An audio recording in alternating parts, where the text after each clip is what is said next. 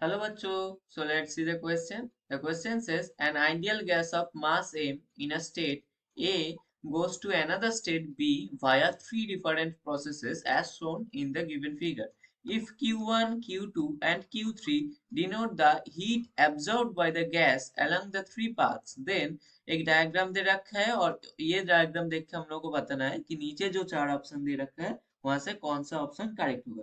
तो चलो देख लेते हैं इसका आंसर क्या हो जाएगा। तो हम लोग का थर्मोडायनेमिक्स का जो फर्स्ट लॉ पता है वहां से हम लोग क्या लिख सकते हैं कि from the first law of thermodynamics thermodynamics thermodynamics के फर्स्ट लॉ में क्या बोलता है हम लोगों को Q is equals to U plus W। ये होता है थर्मोडायनेमिक्स का फर्स्ट लॉ। अब U क्या होता है? U होता है इंटरनल एनर्जी। तो ये इस केस में क्या हो जाएगा? इंटरनल एनर्जी सेम रहेगा, तीनों जो पाथ है तीनों के लिए सेम रहेगा। क्यों? क्योंकि ये शुरू हो रहा है एक ही जगह से और खत्म भी हो रहा है एक ही पॉइंट पे, ठीक है। इसलिए क्या होगा? इंटरनल एनर्जी जो होगा तीनों के लिए सेम रहेगा। तो क्या लिख सकते हैं हम लोग? Here internal energy will be same for all the path।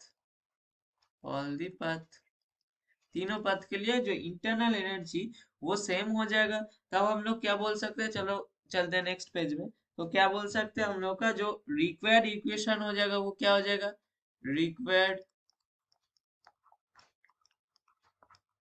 Equation required equation क्या हो जाएगा भाई? हम लोग क्या करेंगे? U को इग्नोर मार देंगे। क्यों? क्योंकि इंटरनल एनर्जी तीनों के लिए सेम हो गया। तब हम लोग क्या बोल सकते हैं? Q इज इक्वल्स टू क्या था पहले? U प्लस W था, लेकिन U को हम लोग इग्नोर मारेंगे क्योंकि वो तीनों के लिए सेम है। तो क्या हो गया? Q is equals to W। ठीक है, तो Q is equals to W। यहाँ से हम लोग क्या बोल सकते हैं? The path which have higher work done will also have higher heat. मतलब जिस पैथ के लिए ज्यादा होगा, क्या वर्क डन ज्यादा होगा, उसके लिए हीट भी ज्यादा होगा। तब हम लोग क्या देख सकते हैं ग्राफ में? जो तीसरा जो कर्व है उस कर्व के लिए क्या है? वर्क डन हायर है, सबसे ज्यादा वर्क डन हो रहा है। तब उसका जो हीट होगा वो भी सबसे ज्यादा होगा। और जो पहला वाला कर्व है उसके लिए वर्क डन क्या रहा है? सबसे कम वर्क डन हो रहा है। तब उसके लिए जो हीट है वो भी कम होगा।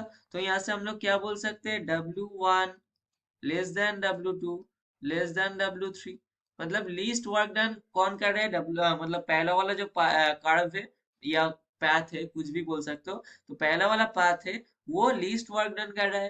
कर्व कर्व देख के हम लोग बता सकते हैं, और कर्व थ्री देख के हम लोग बता सकते हैं कि जो कर्व पैथ जो थ्री है वो क्या कर रहा है? वो सबसे ज्यादा वर्क डन कर रहा है। और जो मिडिल में है, जो पैथ टू है, वो क्या है? मीडियम वर्क डन कर रहा है। तब हम लोग यहाँ से क्या बोल सकते हैं?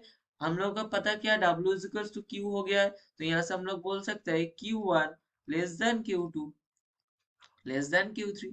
ये हो जाएगा। तो ये हो जाएगा हम लोग का फाइनल आंसर। अब ऑप्शन चेक कर लेंगे कि कौन सा ऑप्शन में ये है। तो फर्स्ट ऑप्शन में क्या है? Q1 less than Q2 less than Q3। तो फर्स्ट ऑप्शन जो है वही हो गया हम लोग का करेक्ट आंसर, क्योंकि ये देखो यही है हम लोग का आंसर में। ठीक है, तो फर्स्ट ऑप्शन जो है वो हो गया करेक्ट।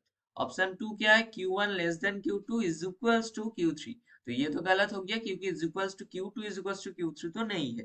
ठीक है, तो ऑप्शन थ्री क्या है? Q1 is equals to Q2 greater greater than Q3, तो ये भी नहीं है, एकदम गलत है ऑप्शन।